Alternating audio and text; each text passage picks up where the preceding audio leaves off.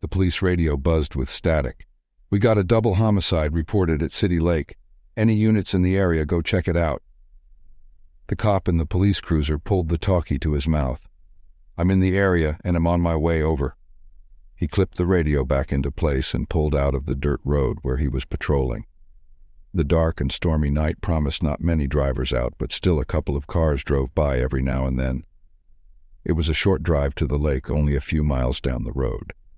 Pulling into the clearing, the headlight beam shone on two dead figures laying in the gravel. The cop got out of his car and grabbed his gear. He flicked on his flashlight to examine the scene and the bodies. The victims had been bleeding. Their nose and upper lip were painted red with blood, as well as their ears. Dozens of slits and cuts were found all over the body, and blood had streamed out and into pools on the ground. It was a grisly scene, and the victims, one male, one female, had tattered and muddy clothes. Their faces had been mutilated and scratched heavily. The cop hurried back to his cruiser. He picked up his radio once more. "I've confirmed 2 dead victims, male and female, over." While waiting for a response, movement caught his eye just outside the car. He scanned the area but saw nothing but gravel and the lake. "Copy that, officer. We're sending forensics over now," came the reply from the radio. Then again he saw the movement, this time in front of the car by the victims.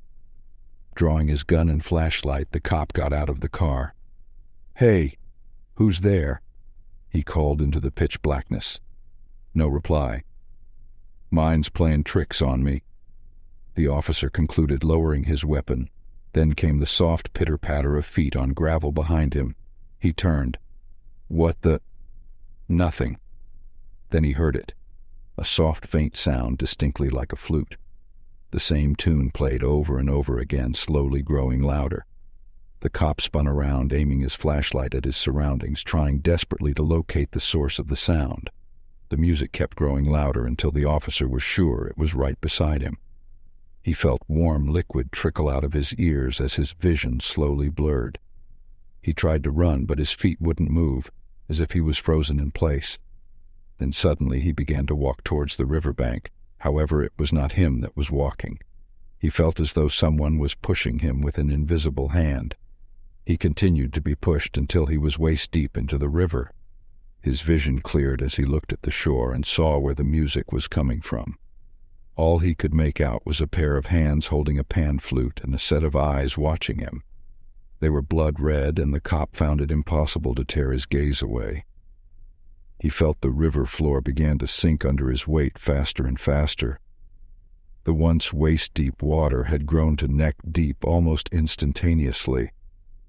Realizing what was happening, he tried ignoring the music, but somehow it continued as strong as ever. He heard it even when he covered his ears.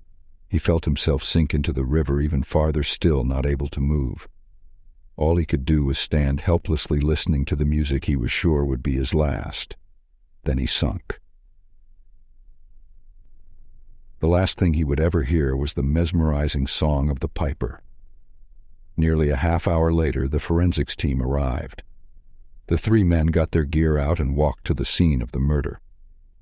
The police cruiser's lights shone on the dead victims, but the officer was nowhere to be found. "Officer Blake, go look for the officer on duty," the lead forensic scientist told his colleague. The other 2 began to investigate the murder. "Both victims have what appears to be hemorrhage in both ears," one said, confused. "They're bleeding from the nose as well," the other pointed out. His partner nodded. "But other than that, no other wounds," he pondered. "Same with the woman," the other said, lifting the female victim's body up to study her front side. Then the other officer called to them. "Guys, I see something in the water." He choked, aiming his flashlight at the riverbank. A figure was just barely visible under the light. The other 2 waded into the water. "What is it?" Officer Blake asked nervously. The 2 men reached in the water and fished their hands around.